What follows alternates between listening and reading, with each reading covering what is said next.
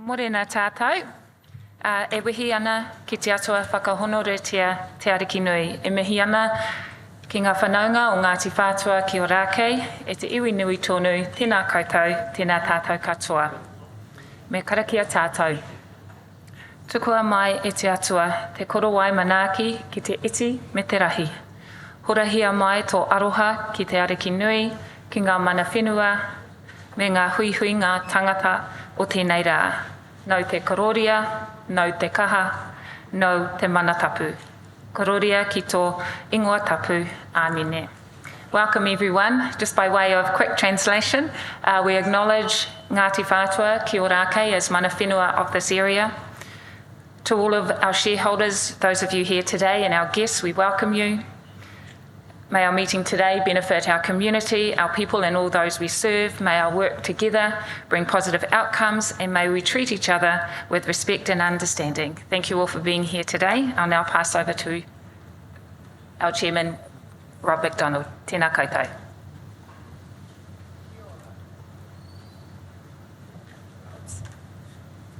My apologies. We are going to brighten up your day with a waiata.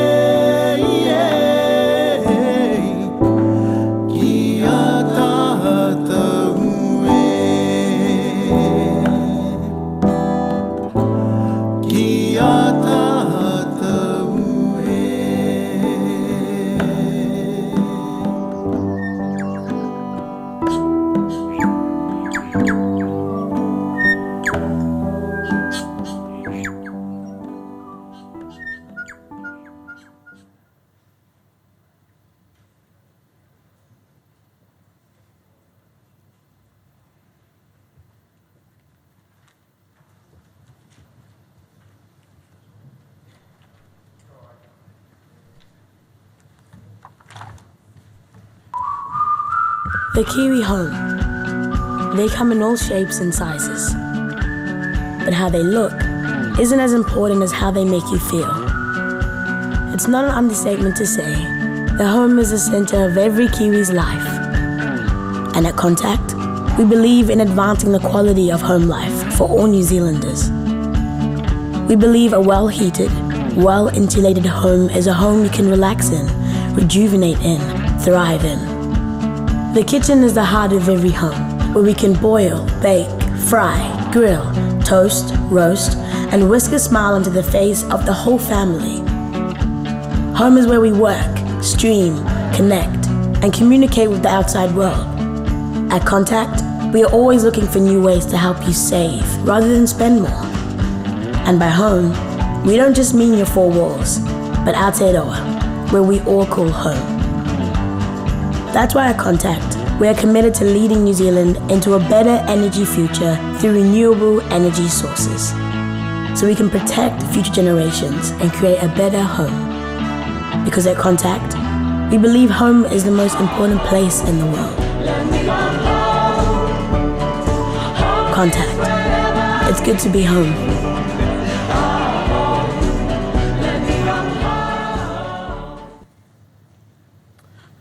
Ena mana, ena reiho, ena karangatanga maha, tēnā koutou, tēnā koutou, tēnā koutou katoa.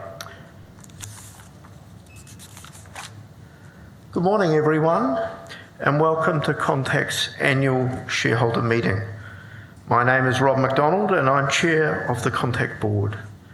On behalf of the Contact Board and all our people across Aotearoa, New Zealand, I would like to welcome you to the 2024 Annual Shareholder Meeting held today at the Maritime Room in Auckland. This meeting is being webcast live for shareholders who have not been able to attend in person, and I also extend a warm welcome to those who are watching online.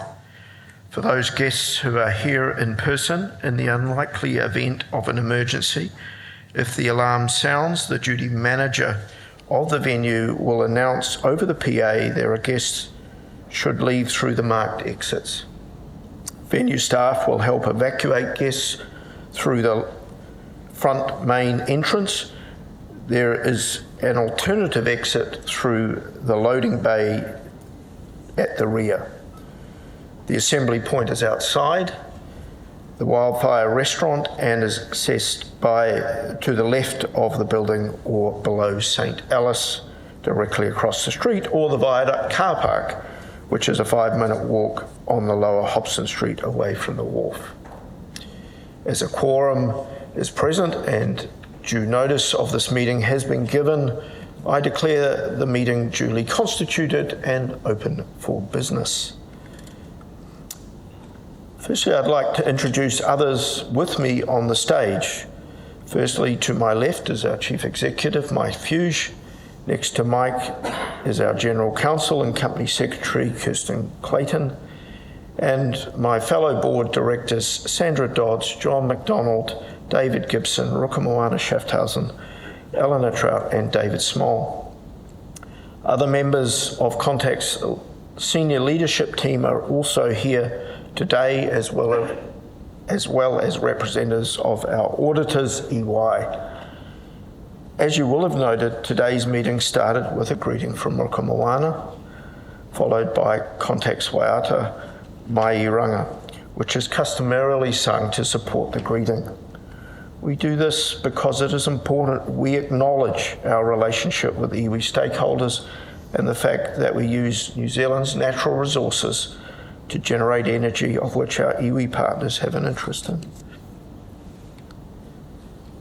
Today's meeting will commence with addresses from me as Chair and from Mike Fuge as Chief Executive. Following this, we will consider the financial statements, and there will be an opportunity for shareholders to ask questions they may have on the financial statements. Then we will move on to the resolutions that are outlined in the notice of meeting. We have 4 resolutions to put to the meeting today, and these resolutions will be decided by taking a poll. There will be an opportunity for shareholders and proxy holders to ask questions relating to these resolutions and to raise any additional matters they may wish to discuss. Only shareholders and proxy holders can ask questions. Please state your name before asking the question. All shareholders participating online can ask questions during the meeting, and I would encourage you to send through your questions as soon as you can. This will allow us to answer these questions at an appropriate time in the meeting. To ask a question, click on the box that says Ask a Question and follow the instructions on screen. Please note, questions may be moderated, or if we receive multiple questions on the same topic, they may be amalgamated together. If we can't answer a question in this meeting, we'll answer it in due course by email. I'll provide you with further instructions in relation to voting as we progress through the meeting. For those joining online, if you encounter any issues, please refer to the virtual online meeting portal guide, or you can phone the helpline on 0800 200 220. Now, with the housekeeping done, let's get underway. Kia ora koutou. On behalf of the Contact Energy Board of Directors, I would like to begin by thanking our people, our customers, and you, our shareholders, for what has been a successful year characterised by growth, delivery, and performance. As I share my reflections of the past year, I want to acknowledge the energy sector opportunities and challenges and talk about how Contact continues to play a leading role in the electrification transition.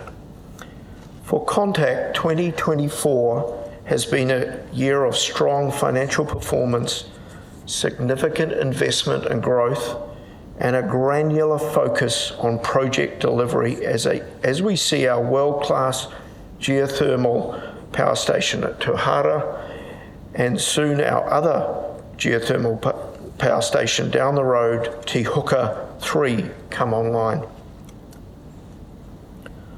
I'm also very pleased that we are progressing well against our strategy to be a leader in the decarbonisation of Aotearoa, New Zealand. Our main priorities remain: grow demand of renewable electricity, develop new flexible renewable energy, decarbonise our portfolio, and create outstanding customer experiences. The board is pleased to see the business executing and delivering on our Contact 26 strategy. I'm particularly proud to tell you that our new geothermal power station at Tauhara is now fully operational and delivering 160 megawatts of renewable energy to the New Zealand electricity system. It is a fantastic long-term asset for New Zealand, and we can confirm it is the country's largest capital project started and delivered since the pandemic. We look forward to the official opening next week with the Prime Minister. Te Huka 3 will be fully operational by the end of this year. Together, these new geothermal stations will deliver enough renewable energy to power the equivalent of 260,000 Kiwi homes. We have operated on the Wairaki geothermal steam field for generations, with our power plants there producing close to 3 terawatt hours of renewable energy. In May, we announced our refreshed approach to the long-term sustainable development of the steam field. Today, I am pleased to announce the board has approved a final investment decision on the first stage of replacing Wairaki over the coming 5 years with a new 100 megawatt binary plant to be built at Te Mihi. It'll be referred to as Te Mihi Stage 2. Mike will talk in further detail in his address about the significant new geothermal project. Our retail business continued to focus on innovation for our customers, with growth in customer connections and numbers, as well as an increase in the popularity of our time and use plans that support and reward customers to use energy off-peak. However, I do want to acknowledge retail prices. It has been well documented in the country. The country is going through a period of increased transmission and lines charges. charges forecast to step up in the next year and beyond. The result will be rising price for consumers as we pass these costs on.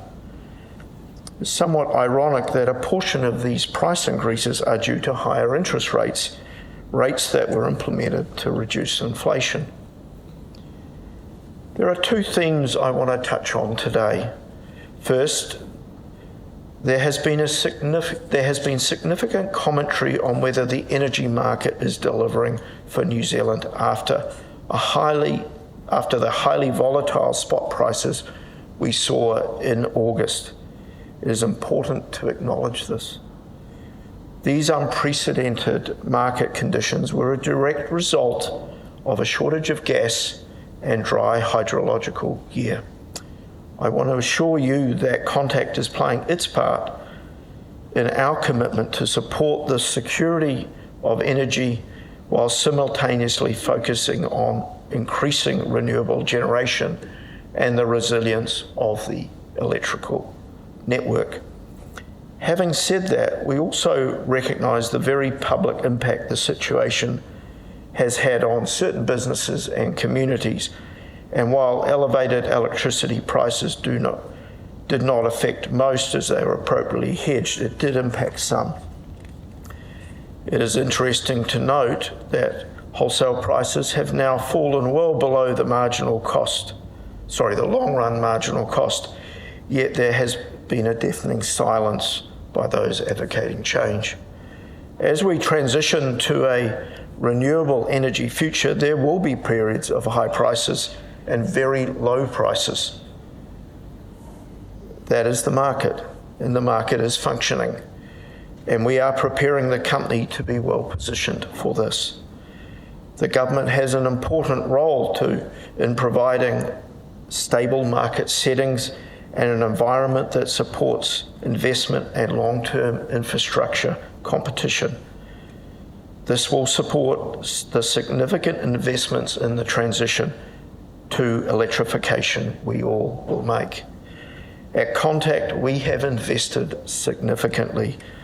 To continue investments and to grow, the market needs certainty that allows companies like Contact to invest in renewable energy to support the decarbonisation of New Zealand. Deindustrialisation helps no one. We are working hard on the opportunities that come from abundant natural resources that can support New Zealand industry in the electrification transition. We are committed to growing and supporting New Zealand's economic prosperity and global competitiveness. And so to the second theme, I want to briefly touch on Contact's September announcement of our intention to bring our company together with Manawa Energy. For the past 18 months, we have been working hard on this acquisition. It is now pending regulatory review and Commerce Commission clearance, which we would hope to be completed by the middle of next year. While it is a long process, our view is the combination of Contact and Manawa will allow our two companies to accelerate investment further. The team is particularly focused on the opportunities offered by bringing two companies together and how it can help the market more generally in managing hydro flows and our complementary assets. We believe the acquisition will bring more competition to the energy market and support more independent energy generators and retailers to enter and compete in the market. The investment and growth of the last year would not be possible but without the hard work of my fellow directors, our CEO Mike Fuge, and the entire Contact team. To you, I say thank you. In the coming year, we remain committed to the Contact 26 vision.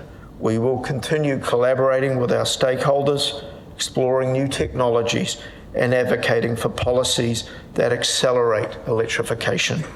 Together, we can build a more sustainable, prosperous New Zealand. Over to you, Mike. Ngā mihi nui.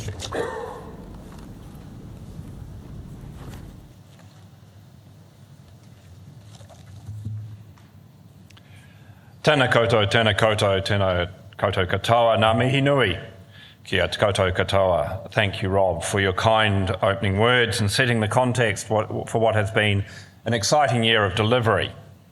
It's my pleasure to be with you here today and to share my insights on the significant past year for Contact. It is a year marked by major achievements, and I also want to share my highlights of the exciting opportunities we have ahead of us. Our strategy to help build a better Aotearoa New Zealand by being a leader in the decarbonisation continues to serve us and the company well. As we continue to invest and grow, I'm pleased to report that in FY24 we have both delivered and maintained a relentless focus on bringing our Contact 26 strategy to life. With significant investment of $1.2 billion in renewable geothermal generation at Tauhara and Te Huka 3, work on diverse new energy projects underway, and our own continuing transformation, Contact is well set up to manage and play its part in the energy transition. I will later touch on the Manawa energy opportunity. Suffice to say, we believe the combination of our two companies will add further resilience and diversification to our portfolio and support New Zealand's energy security over the long term. I also want to acknowledge our people. I am incredibly proud of our 1,250 strong Contact team and what they have achieved.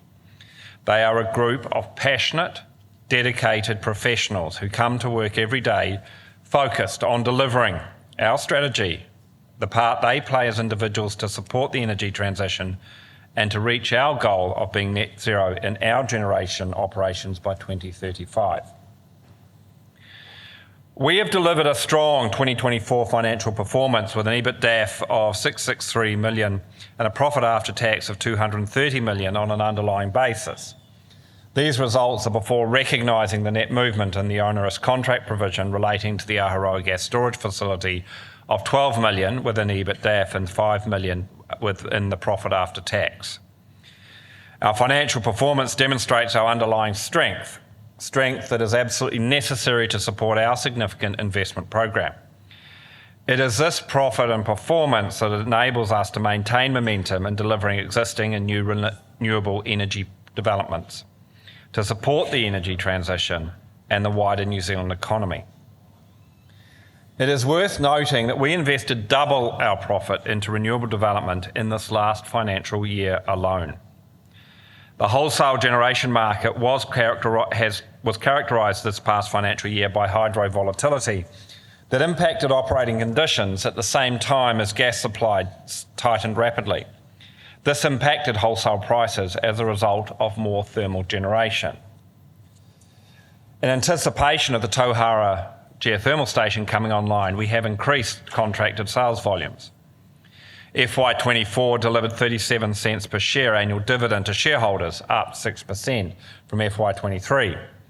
Normalised and expected EBITDA for FY25 is $770 million, an expected increase that reflects our $1.2 billion investment in new geothermal plants.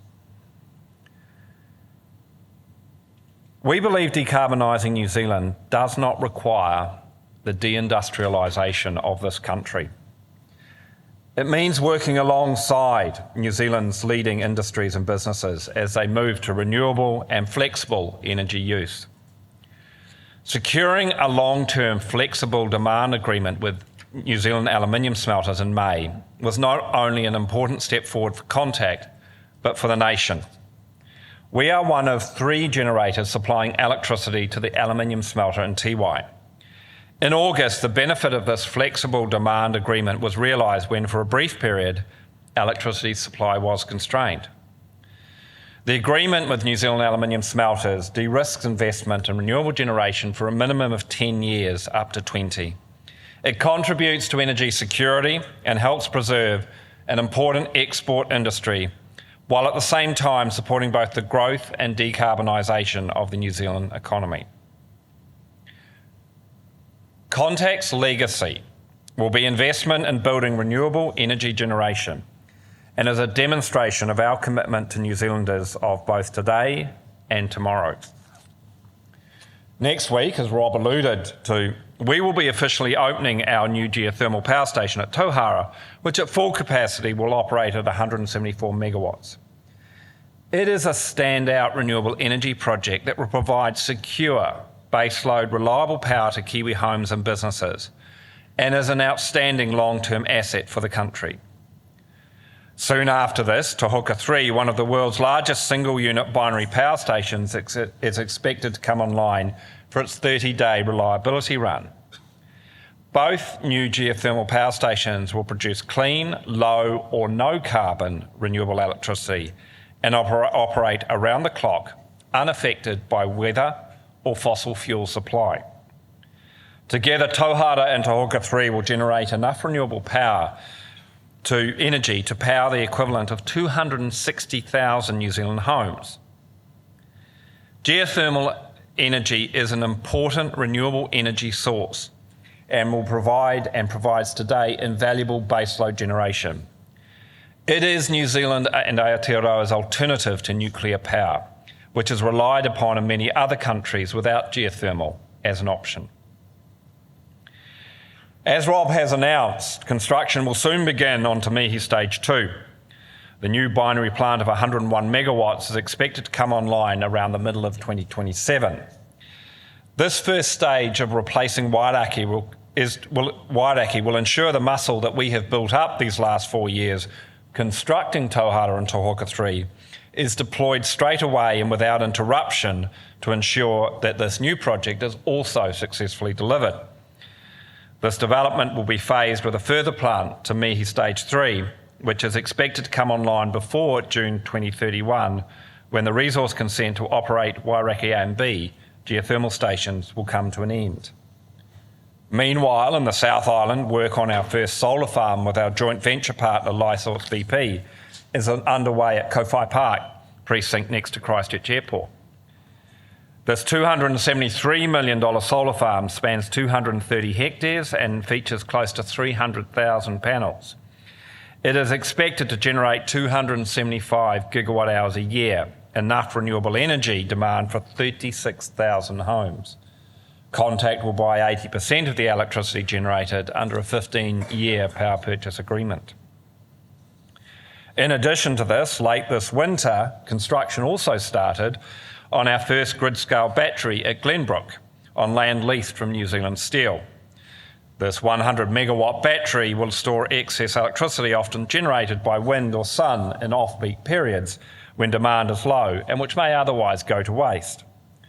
The Tesla energy storage system will store up to 2 hours worth of power, which will help meet peak demand over the winter and other periods of high demand, and we expect it to be operational by March 2026.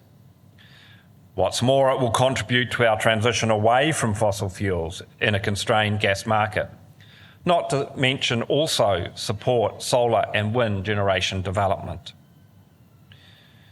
As we recognise the importance of addressing public concerns over New Zealand's security of supply experience this winter, we have decided to keep the Taranaki combined cycle thermal plant available as a backstop. This decision to extend TCC's availability will support Contact's Stratford peaker units in the event of an unplanned outage, as well as provide further backup to thermal units in the market. Operating TCC next year, however, remains subject to schedule inspection and maintenance work to meet regulatory requirements, as well as securing gas supply and operation within its remaining 3,000 operating hours. Currently, we do not intend to contract gas for the plant unless market participants express a demand for it linked to a gas purchase agreement. Long term, the Stratford site remains of strategic importance to us and the local community. This is not only for the operation of our remaining thermal units, but importantly as we look to transition it from a traditional fossil fuel site to a renewable energy hub of the future. We have secured resource consent to build a grid-scale battery at Stratford, and we're exploring the feasibility of a 170 megawatt solar farm alongside that extra battery storage. In September, we announced we're accelerating our renewable energy strategy with our proposed acquisition of Manawa Energy. A significant milestone, the agreement to acquire 100% of the electricity generator is subject to Commerce Commission approval.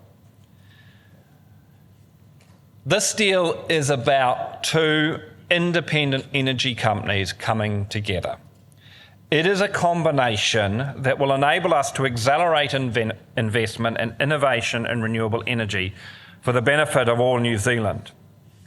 With our diversified and complementary portfolios across the North and South Islands, this proposal will enable Contact to sell larger volumes of fixed-price electricity contracts over longer periods into the wholesale market.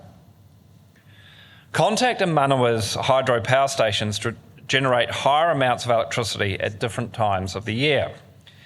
Our South Island hydro stations at Roxburgh and Clyde produce more in the summer following the snowmelt, while Manawa's hydro assets in the North Island catch more rainfall in the winter. This combination will add resilience and support for New Zealand's large energy users as well as independent retailers. Manawa's complementary power stations will help enable a smoother transition away from thermal fossil fuels and enable Contact to better manage dry year risks such as we saw this winter, which Rob and I have both talked about. Rob has already talked about how the market is likely to evolve in this energy transition, with increasing volatility being a hallmark of which some in New Zealand experienced this August, particularly the first half. This transaction allows us to meet this emergent market challenge head on. While subject to Commerce Commission clearance and Manawa shareholder approval, the acquisition to acquire the Tauranga headquarter generator is made via a mix of Contact shares and cash. The deal has the support of Manawa's majority shareholders, Infratil and TECT, and overall Manawa shareholders will own, at the end of it, 18% of Contact Energy once the transaction is complete. Which brings me now to our retail business. We work hard to ensure we find ways to make home better for New Zealanders whose homes we keep warm. We have seen significant growth in delivery in the past financial year. More than 410,000 New Zealanders now choose Contact to connect their homes and businesses with electricity, gas, broadband, mobile, or a combination of all four. We have grown 36,000 connections in the last year, and indications are that continues to increase. Through our Time of Use plans, where New Zealanders can get free power in return for off-peak use, we've helped more than 100,000 Kiwi households do good for their wallet, while at the same time reducing their carbon footprint and lessening peak time demand. Since we launched our Good plans in August 2021, our customers have benefited from 151 million hours of free power. In May, we started a staged rollout of hot water sorter, a program to switch off hot water cylinders when there is high demand for electricity and thermal generation is most likely required. With this innovative program, our customers do not need to do anything. We make data-driven decisions based on each customer's actual energy usage. During a 3-month trial, most customers found no difference in their hot water supply, and we've seen around 9 megawatt hours of energy usage a day move off peak. We're now underway with our national rollout.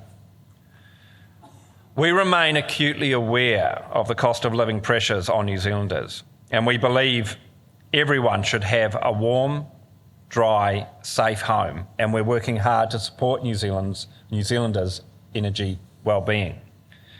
We have removed disconnection and reconnection fees for those in our credit cycle, irrespective of their payment method. Our energy wellbeing team continues to work alongside customers in need to support their individual circumstances. We have recently appointed a customer wellbeing manager and will continue to work with social agencies, including Women's Refuge and Good Shepherd, to help us target meaningful support to those who need it most.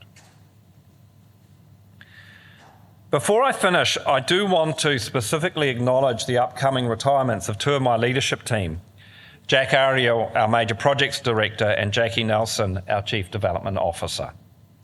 Jack and Jackie Thank you both for your leadership, intelligence, dedication and drive. To me, you both have exemplified the very best characteristics of the wider Contact team. The past year has shown Contact is well on the path of delivering to our strategy and building significant renewable energy infrastructure that will benefit all, as well as investing in our renewable pipeline and helping industries and New Zealanders to decarbonise. We're excited about the future. We have a clear strategy, supportive shareholders and investors. We stand therefore ready to deliver on the opportunities ahead to help us be a leader in the decarbonisation of the country. And finally, to our people, thank you. I am proud of you and all that you have delivered in this last year. Ngā mihi nui, thank you.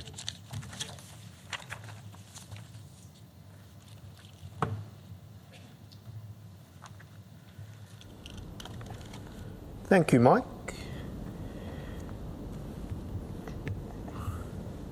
We now move to a discussion of Contact's financial statements. The financial statements of Contact for the year ended 30 June 2024 were released to the market on the 19th of August and are set out in the integrated report, which is available on our website. I'd now like to open the floor for any questions you may have specifically on Contact's financial statements. EY audit partners are present at today's meeting should the shareholders have any questions to put to them. There will be plenty of time later for any questions you may have that are of a more general nature. We have some microphones available. If you wish to speak, please put up your hand and wait for a microphone to be brought to you so that we can hear your question. Are there any questions on the financial statements?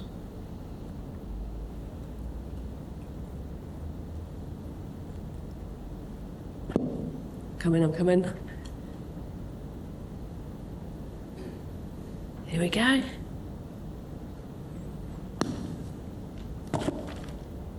Thank you, Mr. Chairman. John Blundell, I've been a shareholder here for many years and have expressed today, which is the first time I've spoken at an AGM, considerable concern over the track record of capital allocation and management of these assets in recent years. Some legacy, Aharoa gas storage, a complete and utter financial disaster. We move on to Te Huka 3. First question, 300 million. Mercury bought an almost identical geothermal stream online earlier this year for 220. Why did our project cost 80 million more for a near identical project, please? For that latter question, I'll refer to the CEO who understands well the costs of building new geothermal fields. Mike. Firstly, to acknowledge that I think all of us over the last 4 years have had to deal with some incredible inflationary pressures in the construction. The specific benchmark of Te Huka 3 with the Mercury development, our development obviously has drilling costs and greenfield development costs when the Mercury development was on an existing field with an existing pad and supply, so it's not a true benchmark, and we obviously take our competitive performance very seriously, and we did a fair amount of work benchmarking. What we are confident of is that Te Huka 3, Tauhara and the announced, when you correct for inflation, are benchmarkable with the developments we executed Te Huka 1 and 2 and Te Mihi early days, with an appropriate correction for inflation on PPI over the last. That doesn't mean that we don't continue to strive to challenge, to value engineer and to make sure we keep these costs low, because that is the only way that we can deliver affordable energy to ordinary Kiwi homes. Thank you for that. The elephant in the room, of course, is Tauhara, which you never mentioned, was approved, I've got the notes here, 580 million. And today, if you read the very fine print well hidden in the notes at the latest annual report, the cumulative costs have blown out to 1,088 million, a more than 500 million overrun on a project that was approved at 580. To put that in perspective, Meridian's new Harapaki wind farm came online, 175 megawatts, 450 million on budget. We could have built the Harapaki wind farm with the overrun of Tahara. Could you explain why a project of this nature has nearly 100% overrun a year late? Yeah, very happy to address that. So just to make sure that we've got the numbers correct, is that that 1088 includes capitalised interest. And at the time of the announcement of the 580, that was the go forward with, I think, the best part of $100 million or $110 million already sunk into the project. It's fair to say that on the steam field element of the plant, we did insufficient front-end engineering. And we have very much learnt that lesson, and you've seen that applied in Te Huka 3, where we're on or very close to budget and on schedule, and you'll certainly see in the projects going ahead. The comparison with wind is a little unfair. Wind generation only operates when wind is powered with a look, capacity. I'm well aware of that. I'm comparing the capital costs. So on the... I said we could have built Harapaki with the overrun from Tahara. Yeah, so just to let me finish. The important thing to remember is that on the $7 million per megawatt with an LRMC basis generating 1.2 to 1.4 terawatt hours a year, it's actually lower cost than wind, very comparable to wind on a long-run marginal cost basis. And the benefit of that is it's already firmed. If you want a like-for-like comparison, you have to bring the firming element required for wind to get to a equivalent number. And so we do work very hard on the long-run marginal cost comparisons. But your point is very well made. The cost escalations that we have seen in the industry over the last 5 years, I think across New Zealand, we continue to challenge and we don't see as acceptable. We also have taken on board the internal learnings about doing your homework and hard mahi up front before you go to investors with a decision. Can I just add a few comments that Mike has added, because the cost of wind and the cost of geothermal, as Mike's pointing out, is very different because of what the energy that is actually produced. So we're very confident that geothermal is very competitive in the market. But I do want to make a few other comments, because rightly or wrongly, Tauhara was started in the beginning of the pandemic, that we then went through a very strong inflationary period, that, as well as quite challenging supply chain difficulties. But I think there's a number of good things in there, and one is that originally we set out to produce 150 megawatts off the field. It will produce 174, so that effectively per megawatt has made it more efficient. We had some setbacks as well last year on it in commissioning. Whilst not unexpected, that was very disappointing. When we look at Tauhara though, and I will be frank, there has been many lessons learned in that, and lessons that or difficulties we would not repeat, or I'd hope we'd not repeat. And so when we look forward at the investments we're making now, the programs that we implement to ensure those investments are made and executed on time, on budget, as best as we can, are much different from when we started. Thank you for that. If we go to the annual report, we see the return on invested capital, that's profit after tax over shareholders' funds and interest-bearing debt, 3% this year. You commented that these were good results. I have to struggle a little with that, because if you read down the page, you'll find the borrowing cost 6.1%. So in effect, we're borrowing money at 6.1% to invest in projects which post-tax are about averaging 3.5. If we add in the imputation credits, probably in the low 4s. And I would think that defines shareholder value destruction. Would you care to comment on that? I accept that some of those numbers are very much driven by legacy Aharoas and things like that have sort of finally been cleaned off the balance sheet. But that return is not good. And that translates a comment Mike made about the dividend going up to 37. He never mentioned that it actually came down from 39 5 years ago. So here we are in a situation that our dividend, probably going up again, luckily, to 39, will have had no real increase, no ordinary increase in 5 years, and probably no more for the next couple, which translates to a real cut in dividend of about maybe 15% over 5, 6, 7 years. If you go to the Mercury report, they've just reported 16 consecutive years of dividend increases. So probably a far more favourable outcome from a shareholder's perspective. And my parting shot at Manawa, if you go to Trustpower, you can smile, Mike, keeps you entertained. Trustpower sold the customers to Mercury for about 500 million. Market value of Manawa today, 1.7 billion. You add that together, you get 2.2, which is exactly equal to the value of Genesis. Genesis has a very large hydro base, which most people ignore, Tekapo, Tongariro, Waikari Moana. They also own 3 250 megawatt Rankins, a 380 megawatt combined cycle, a 50 megawatt open cycle, and 46% of the Kupe gas fields with long-term gas contracts. I struggle to think that Manawa, with no customers, is being valued fairly. It's a great company, but you're paying a hell of a premium for it. And when the announcement was made as to the acquisition, Infratil's share price shot up, Manawa's share price shot up, Contact shot down, all indicative of the old traders saying overpriced acquisition. How can you sort of give me some confidence that you're not paying too much for Manawa?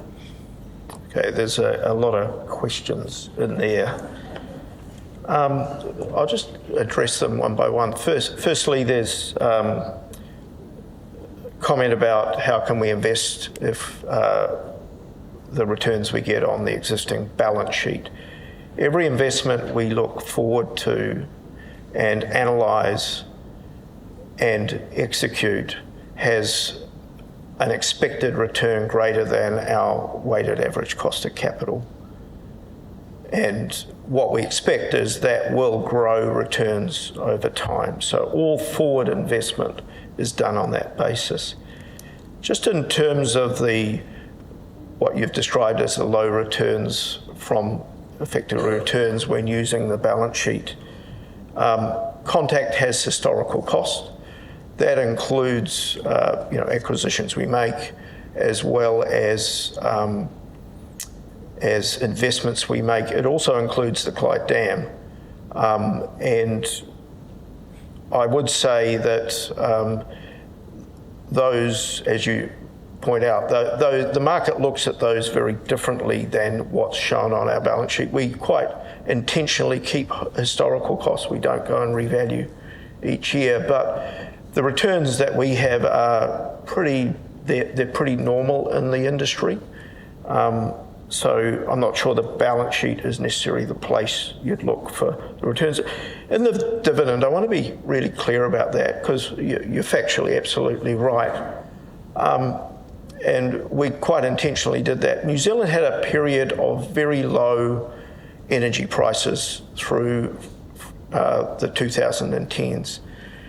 And what that meant is there was no investment. And then when there was no investment, people paid out their cash flows, and we certainly did that.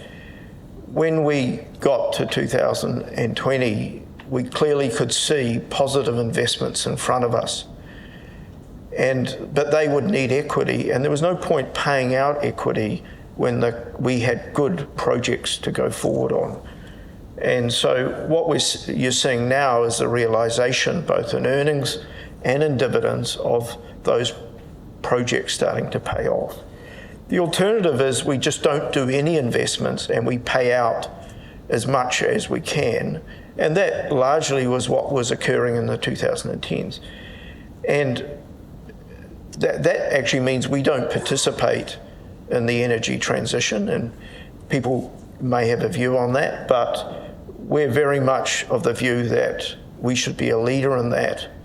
And so that's why you see what we're doing and what the strategy is. Just on Manawa, and I'll let Mike talk a bit about Manawa. The one thing I would say is the Contact share price is back, where it started. There's lots of reasons in the very near term that share prices move around, but the share price has actually been very stable since the acquisition was announced. But Mike, you go into a bit of the logic of Manawa, I think. So as I said in my speech, is the logic of the Manawa acquisition is the complementary nature of the two portfolios, which is a strategic benefit that exists only for us. We've taken a very conservative approach to the other synergy benefits in terms of trading portfolios and cost benefits as well. And so on balance, we do think it is incredibly good value for shareholders.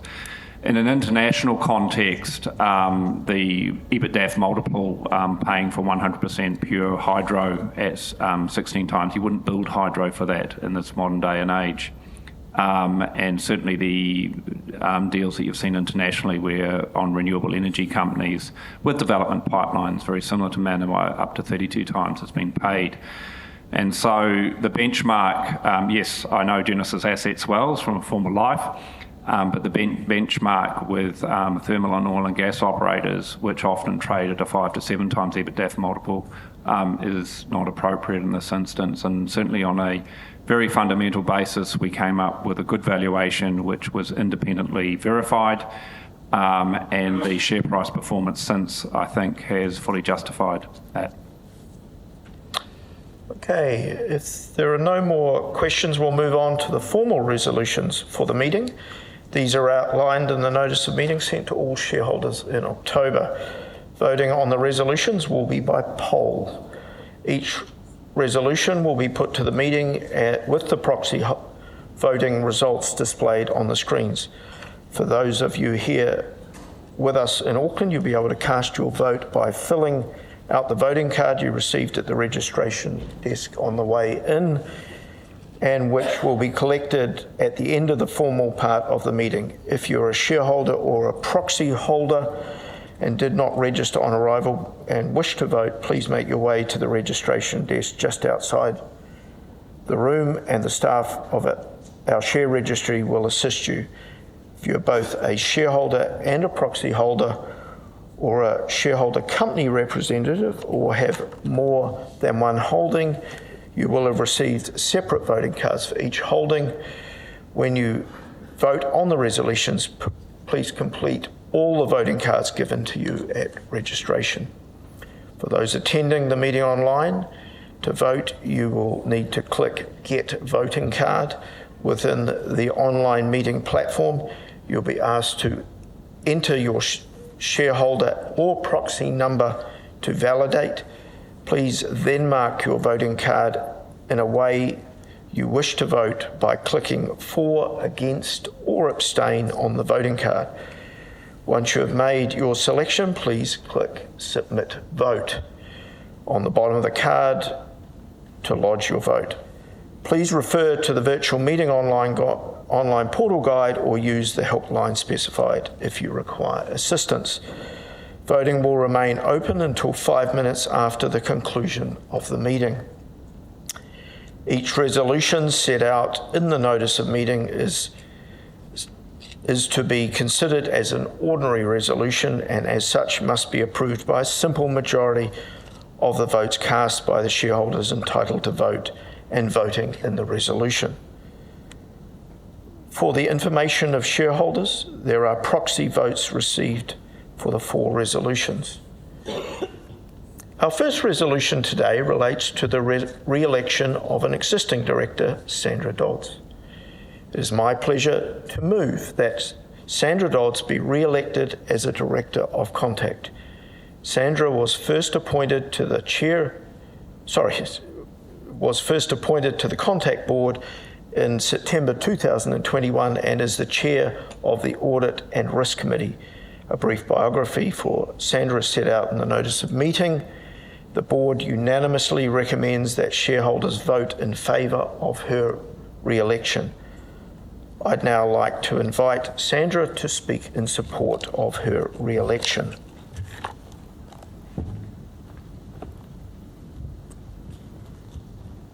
Thanks, Rob. Kia ora katoa. My name is Sandra Dodds. Thank you for the opportunity to speak to you today. I'd like to take this time to share a few reflections. It has been my privilege since September 2021 to serve on the board of directors for Contact Energy. I am proud that Contact holds a significant leadership role in the decarbonisation of New Zealand. Whilst executing the decarbonisation strategy, it's vital that Contact is supported by strong governance led by its board of directors. I believe that my skills and experience have and will add value to Contact's future ambitions. With more than 30 years senior leadership experience in complex infrastructure businesses in Australia, New Zealand and Asia, I'm well placed to help Contact navigate this time of expansion and development against a backdrop of growing environment and climate-related risks. My roles on the boards of Snowy Hydro Limited, Oceana Gold, Fletcher Building Limited and past leadership of businesses in the infrastructure sector all contribute to the experience in strategy, risk, people and governance that I bring to the Contact board.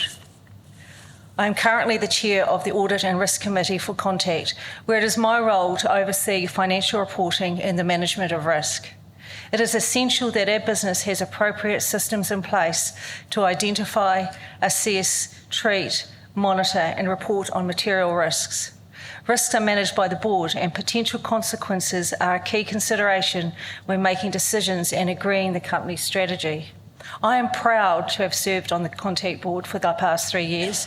I would be honoured to be re-elected to the board as I look forward to contributing to the long-term vision of the organisation, the energy sector's future and the communities in New Zealand where we operate.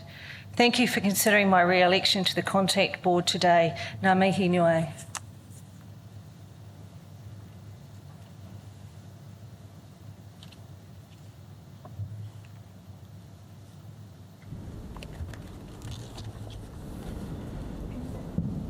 Are there any questions in respect of Sandra's re-election? We have one question here from Stephen Main.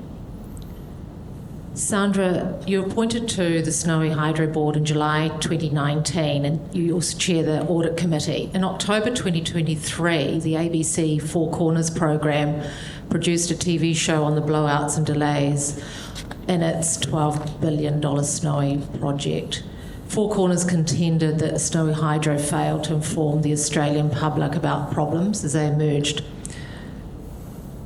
What is your response in terms of what went wrong at Snowy Hydro and any lessons learned, and exactly what did you try to do to set things straight? Thank you for the question. Just for clarification, Snowy Hydro is owned by the Federal Government of Australia.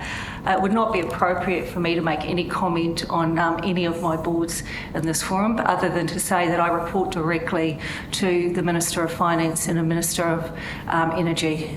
So I'm sorry I can't comment any further.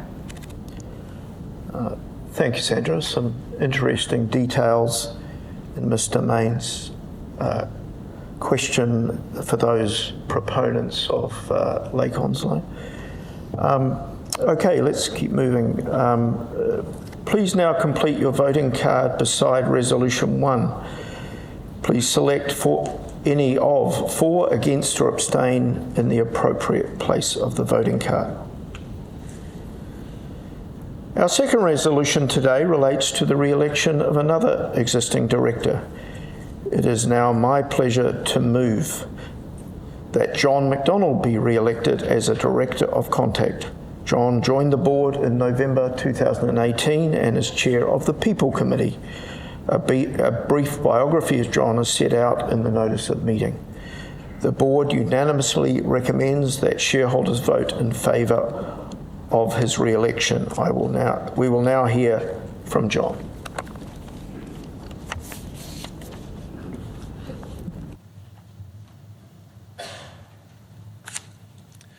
Kia ora hui hui mai tātou. Ngā mihi mahana kia koutou. Thank you, Rob, and good morning, everyone. My name is John MacDonald, and I'm very pleased to have this opportunity to stand for re-election as a Director of Contact Energy. It's clear to me that Contact's job is an important one, and that affordable and reliable electricity generated with low or no emissions is fundamental to the quality of life of New Zealanders. I believe that Contact is in good shape and making good progress, as Rob and Mike have already covered.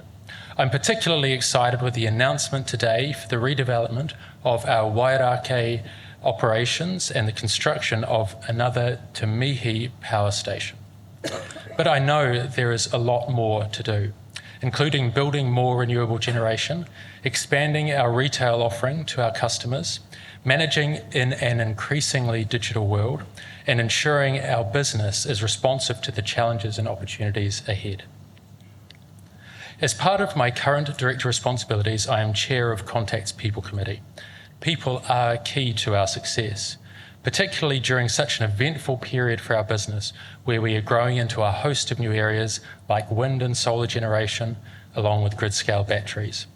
We are continuously looking for ways to improve as part of our commitment to being a good employer, to attract and retain great people, and to ultimately deliver shareholder value. With all this to do, I believe I have a lot to contribute to Contact Energy. I am a technologist and engineer by background, and earlier in my career I worked for Deloitte and HSBC. I then spent 16 years with Trade Me, including 11 years as its CEO. For the last 5 years, I've been a professional company director, and I hold board roles across a range of businesses, from a high-growth fintech called Sharesies, through to Mitre 10, Kiwibank, and Contact Energy at the more established end. All these roles have provided me with an extensive corporate and strategic toolkit. In particular, I've developed good experience in digital businesses, technology, and the changing expectations of Kiwi consumers. I believe that my prior experience as the CEO of a public company equips me to support and at times appropriately challenge Mike and the team. Finally, I have a good grounding in the technical and engineering concepts behind electricity generation, transmission and consumption, having completed an honours degree in electrical engineering. I have the capacity to continue to give this role the time and attention it deserves. I plan to keep working hard for Contact Energy, and I believe that we are well equipped to deliver on our strategy, to help decarbonise New Zealand, and to deliver great returns for shareholders. Thank you for your consideration, and if you choose to have me continue as a director, thank you in advance for your support looking ahead.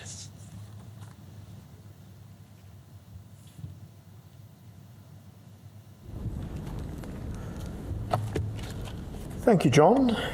I now invite discussion on the resolution. Are there any questions that shareholders present or online would like to ask John?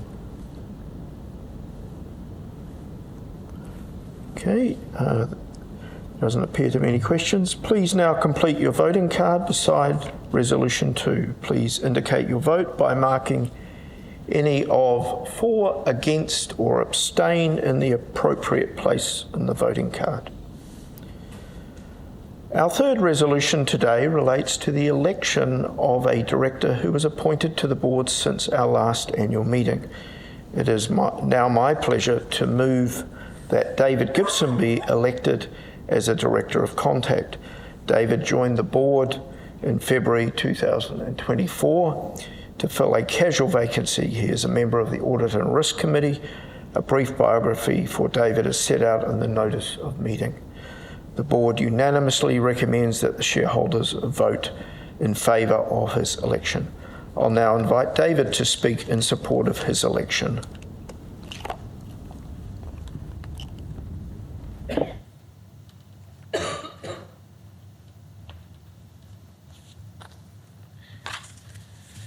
Kia ora katoa. My name is David Gibson. I'm grateful for the opportunity today to put myself up for election for the Contact Energy Board. I've been on the board since February. In terms of my background, my career was in investment banking where I had over 20 years experience, mostly at Deutsche Bank. I did lots of transactions across many sectors, including being Crown advisor to the mixed ownership model that included the IPOs of Meridian, Mighty River Power and Genesis. Since 2017, I've had a career in governance. I'm Deputy Chair of Goodman New Zealand, also on the boards of Freightways NZME and investment company Rangatira. I've previously been a Director of Trustpower, which is now Manawa Energy. The skills and experience I believe I can bring to Contact Energy are mainly in strategy and finance. I've also a strong background experience in the New Zealand energy sector. As we all know, the energy sector is critical to New Zealand, and Contact plays an important part in shaping the industry. Contact Energy has a highly respected board and management team. I'd be honoured to be elected to the board, and if elected, I will work hard to maintain the highest standards of governance with a strong focus on increasing shareholder value. Thanks.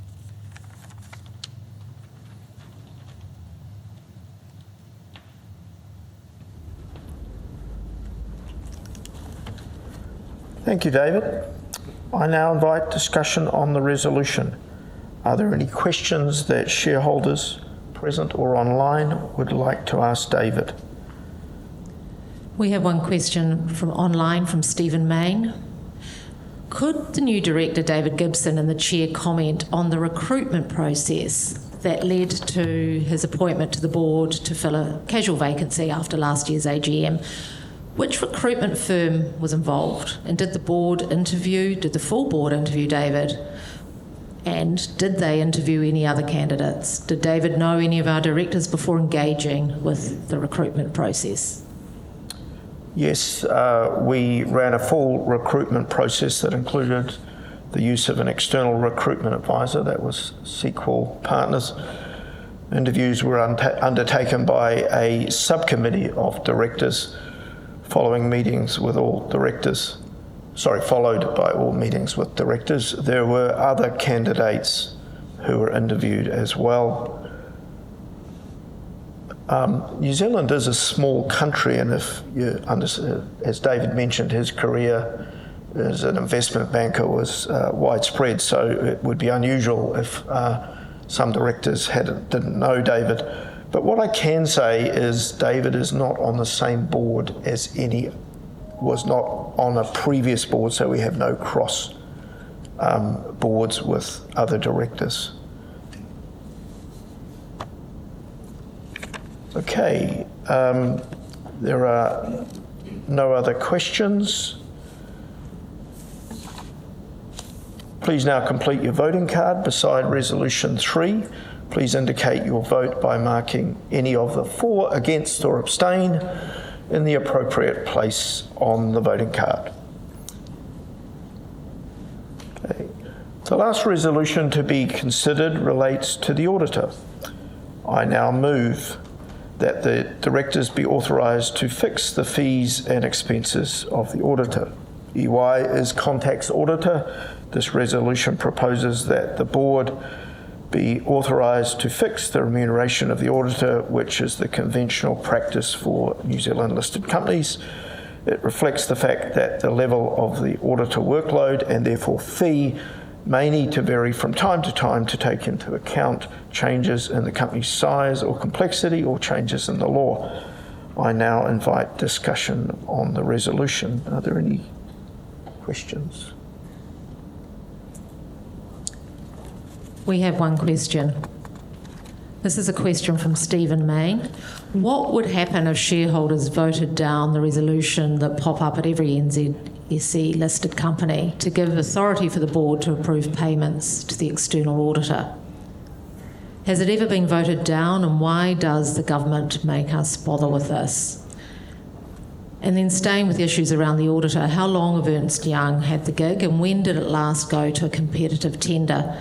And when is it next scheduled to go to a competitive tender?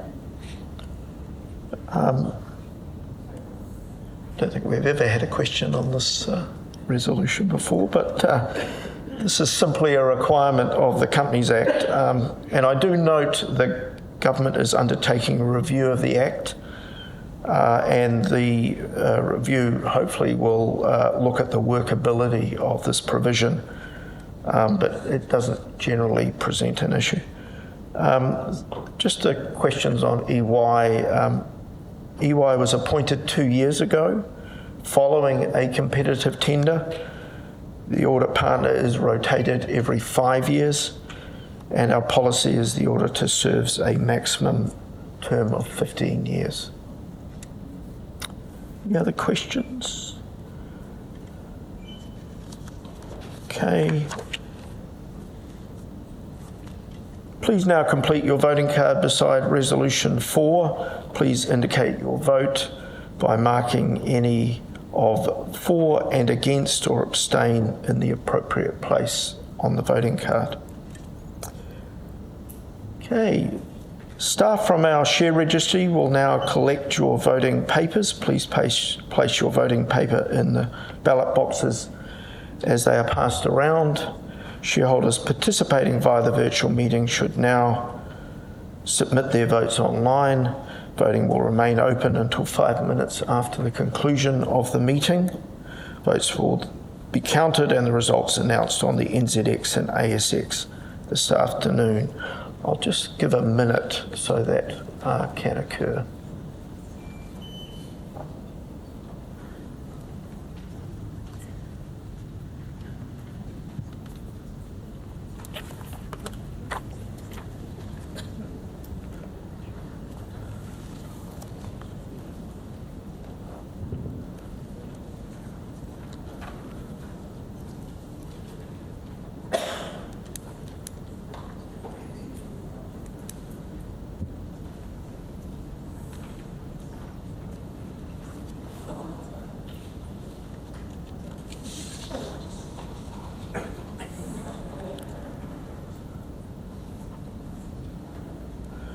Okay, we now move on to general business, the fun part of the meeting. This is your opportunity to discuss anything we have not already covered and ask questions of the board or management team.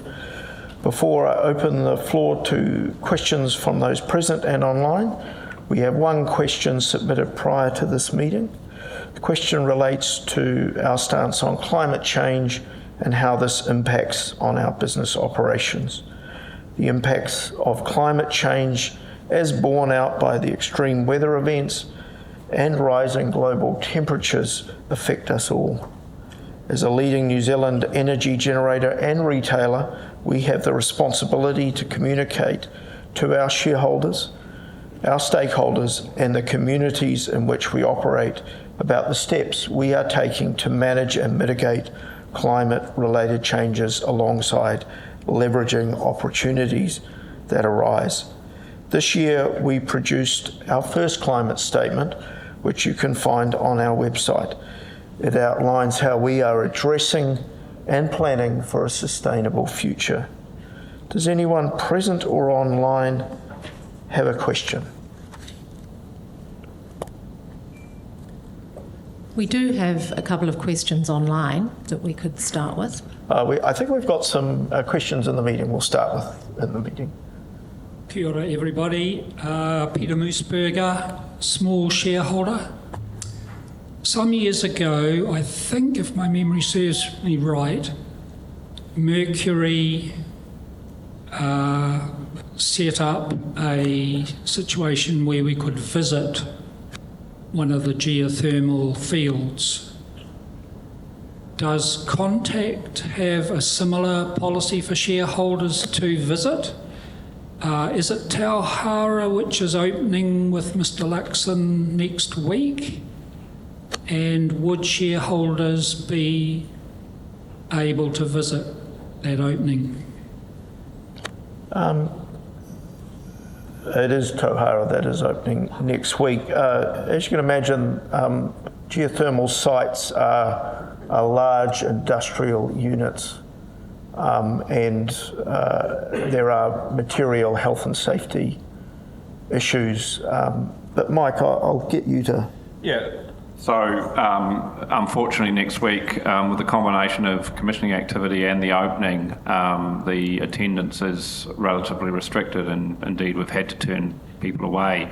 But noting that open days have been a thing that Contact Energy has done in the past, both at Clyde and some of our geothermal sites, and we certainly would welcome the opportunity to put the planning together for something in the future. But as Rob alluded to, there are significant health and safety matters to be taken care of, but we, by all means, are open to that possibility. Question over here. My name's Alvin Crosby. I've been involved in hydrogen technology since the 80s. It astounds me that New Zealand is so far behind the 8 ball. Where does Contact stand with hydrogen economy? The rest of the world is moving. Why isn't New Zealand? Contact undertook with Meridian and others a significant study in recent years around the potential for export hydrogen. As that evolved, it was quite clear there were better uses for electricity that might become available in the South Island. Contact's position is we do see hydrogen as part of the New Zealand economy, particularly for heavy transport and potentially storage and peaking in electricity in subsequent decades, but it's got some distance to go. Mike, I'll let you also comment. Yeah, just to reiterate, I always argue that hydrogen is part of the solution, but it's not the solution. It's never A, B or C, it's always D, all of the above. And so the role of hydrogen in the New Zealand economy as a solution for heavy transport and hard to solve process heat is obviously a real opportunity for the future. That being said, look, for green hydrogen, it's fair to say that the sheer volume that's been considered, to your very point, most likely will come from blue hydrogen produced from fossil fuels with subsequent carbon capture. And so our ability as New Zealand to compete with that in an export market is going to be severely constrained. For the domestic market, we have the tyranny of distance, which works the other way for us. And so there is the possibility in the medium to longer term that a top-end hydrogen market does emerge. And we are participating also with the likes of Richardson Group in trialling some of that heavy transport option.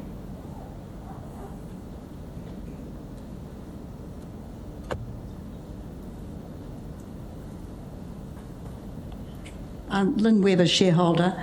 There's a lot of press with the gentailers being both generators and retailers. How do you think this would impact Contact if you had to remove retailing, and would the fact of having Manawa and that extra boost in the complementary generation be something that would sort of future-proof in case the gentailers had to split?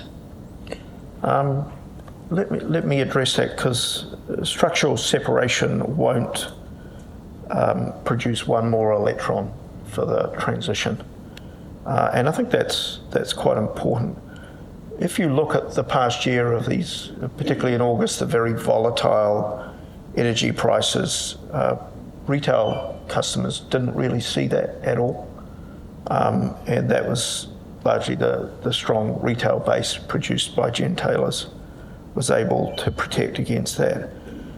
If you look at overseas where structural separation has occurred, it actually hasn't turned out well at all.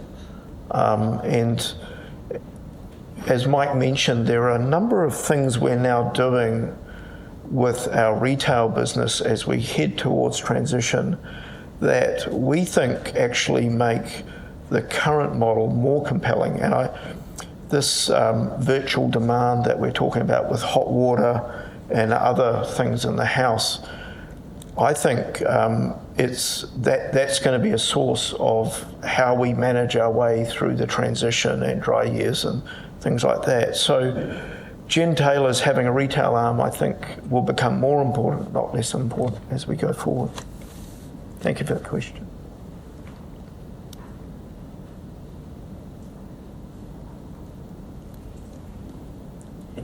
First, I'd like to apologise for not having turned my phone off. Terrible mistake and very embarrassing for me. My name is Kathy Keys. Some of you may remember that I asked to speak about 2 or 3 years ago at the AGM. I was extremely angry about what was happening, and did you hear me so far? That's good, I won't have to tell you again. We have been shareholders in our family for more decades than I care to admit to. And I am really, really delighted with what's been happening in the wider scheme of things. But I think that the problem with Contact, and it is a big problem with Contact, is that they're ignoring the little people who are residential users of electricity. When I spoke at the last AGM that I spoke at, I highlighted that there has been mistakes made in accounts. In our accounts, we have a number of properties that we source electricity for, and there have been confusion, overcharges, mistakes that have been impossible to sort out with your staff. They strung us along, and the reason I'm going over that now is because they're a result of that. They've strung us along for months and months and months. Eventually, I had written to Mr. MacDonald to relay all these because it was getting to a stage where I was going to have to go to the media. And as a result of me having contacted Mr. MacDonald, someone telephoned me. And I beg your pardon, first they wrote me a letter that they'd like to engage with me, and I responded, and all the continuation communication said, he's away, he's not available, end of story. At a later communication, when I spoke out here, the same young man contacted me and made some promises. The promises were not, the result of the promises were not exactly as I've been asking for. There was a resolution to some of the issues, but not all of the issues. I contacted the customer care support, and nothing happened.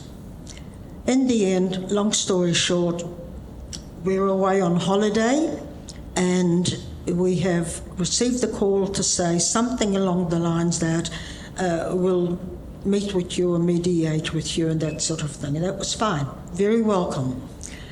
But then, about a week later, I'm going from memory here, we received a phone call from someone at Contact to say, we've cut your electricity off at one of the properties. It happened to be the one we were living in. We were away. And I said, but you can't do that because we're in the middle of talking about it. You should have waited. And she said, well, what about going home? We were away on a holiday. They cut off the electricity, and they would like us to go home so that they can return the electricity. Kathy, I'm going to ask if you would stop there. This is a customer issue. Yes. Brian Middleton, who's our head of retail, part of the retail team, he's available with others in the team that you can talk to. I do recall at the last Auckland meeting where you spoke, I then, after that, went and talked to the team about it. The issues between ourselves, Contact and yourself, are very complex, and I can't go into that, in the meeting. So I really would ask you if you could sit down now and... Can I make one more statement, please? Briefly. I'm a shareholder. Contact is not providing the service they need to provide in one area. And I think that you need to listen to the rest. So I would like to ask you to allow me to finish. Again, I reiterate, it is a retail matter, and this is not the forum for it. I think these people know that the only opportunity I have now is to go to the FMA and the media. Well, that is your prerogative. Okay, I'll take it. Thank you. The one point I would make, because you saw this year that we have removed disconnection fees and reinstalment fees, so we do care about the small people, I can assure you. Mike, have you got just on that more about what we do for small energy consumers? Yeah, look, number one is, look, when we don't get things right, we do our utmost to get them right. We are human beings, we make mistakes, but what really matters in that is the commitment to rectify those mistakes. And we'll get Brian to have a chat straight after this to see what we can do to get this sorted. But we do we believe passionately that ordinary Kiwis should be able to participate in the transition. The introduction of the good plans, which started with the 3 hours of free power, gave people control over their energy bills, where they could actually step into that space and take control of their energy bills, and other innovations around that, particularly around hardship, removing the disconnection fees, putting in place the wellbeing officer, are all part of making sure that we do the right things by ordinary Kiwis. Because these last 3 years, in terms of high inflation, have been tough on ordinary Kiwi households, and we acknowledge that. And so it's not all, we're not absolutely right 100% of the time, but damned as hell we strive to do our very best each and every day, and I do give credit to the team. So Brian and the team will have a chat afterwards to see what we can do to help you and get this resolved once and for all. Thank you. Brian's just there. Okay, any other questions in the room? Okay, let's have a question online. Okay, this is a question from Stephen Main. New Zealand's becoming a governance backwater as it continues resisting mandating annual voting on remuneration reports, which is standard in many countries. Will the Chair undertake to consult with major shareholders and lead a board discussion on the issue of whether you will voluntarily put up remuneration report resolution for an advisory vote at next year's AGM? Thank you. Well, it's a little disappointing that Mr. Main thinks one of the least corrupt countries in the world is becoming a governance backwater, but we consider the remuneration disclosure carefully each year, and in response to feedback have enhanced our remuneration report this year. In fact, I've received really positive feedback from shareholders and other investors. New Zealand law does not require a shareholder vote on the remuneration report, and we don't currently have plans to propose this. Are there other questions online? This is a question online from Stephen Main. The ASX is currently in the midst of an unprecedented deluge of takeovers that's contributed to listed entities falling by 176 to 2,118 after 21 straight months of decline. There have been 27 major takeovers above 200 million completed so far in 2024. Why are public markets not valuing ASX and New Zealand EC companies like ours more highly, and what special protections do we have to avoid being taken over? If AGL, Origin Energy or Snowy Hydro bid for Contact, what regulatory or legislative approvals would be required? So the regulatory system is not designed to prevent takeovers, and so the board's very focused on what we think is delivering long-term value as our best protection against takeovers. But also we consider that we're very transparent. We put information out there about investments. We have one of the best investor relations teams and disclosure, and have won awards for that. In terms of, and Mr. Mayne has referenced a number of Australian companies as potential takeover people. I would say that foreign investment in New Zealand is not particularly easy. We have the Overseas Investment Act, so people would have to get through that. It would be a long and convoluted thing, but as I say, the regulations are not designed to prevent shareholders. The biggest protection is a strong share price. Any other questions online? We have one last one online. This is a question from Stephen Mayne. It must feel quite strange having the former CEO of a public company, Christopher Luxon, suddenly become Prime Minister, and it's great he'll join us at next week's big opening.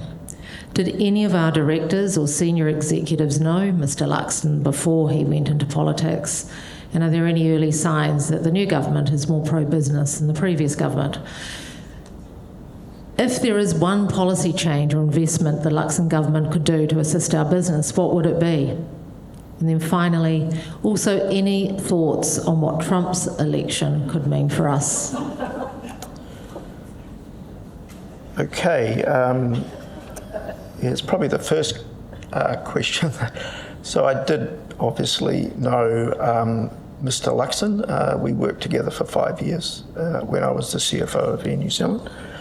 And other directors have met him as well. Is this government business focused? I think it's very focused on growing the economy for the benefit of all New Zealanders, but they understand that business is a key part of that as well. If there's one policy change, it would be the speed and ease of consenting renewables would be the one thing we would be looking for. And so we're hopeful that a new RMA Act will facilitate that. I'm really not going to comment on the Trump elections. Okay, any other questions? No further questions online. One more question. Firstly, a comment about Stephen Mayne. I've been to several shareholder meetings. He has the same questions and it takes up time. One of the directors at one point said, can we limit it to 2 questions? And that was a way of moderating that. Though it is good that you were so civil in your response. The thing about small shareholders, I did wonder, when you look at electricity bills, often a huge proportion is a fixed charge, and if that could be reduced, then people truly would be able to work out how they can save electricity. Water's the same thing. It's a fixed charge, can often be about 40% of your bill, so it can be very large. Yes, I couldn't agree more. And sadly, as you heard from both Mike and I, that is the part of the bill that will be increasing as we go forward with the recent Commerce Commission rulings for lines and transmission charging. So in respect of Mr. Mayne, he's, I guess, clocked up another AGM on his journey to 1,000 AGMs. So there we go. Right. As there are no further questions, I will now declare the meeting closed. For those present in the room, I'd like to invite you to stay and join us for morning tea. Please feel free to talk with my fellow directors and members of the Contact Senior Management Team. We'll be wearing name badges and very much look forward to the opportunity to talk with you. If you have any customer service queries or would like to sign up as a customer, some members of our retail team are also here and more than happy to help. Thank you very much for your attendance and continued support of Contact. I wish you a safe journey home. Thank you. Ngā mihi.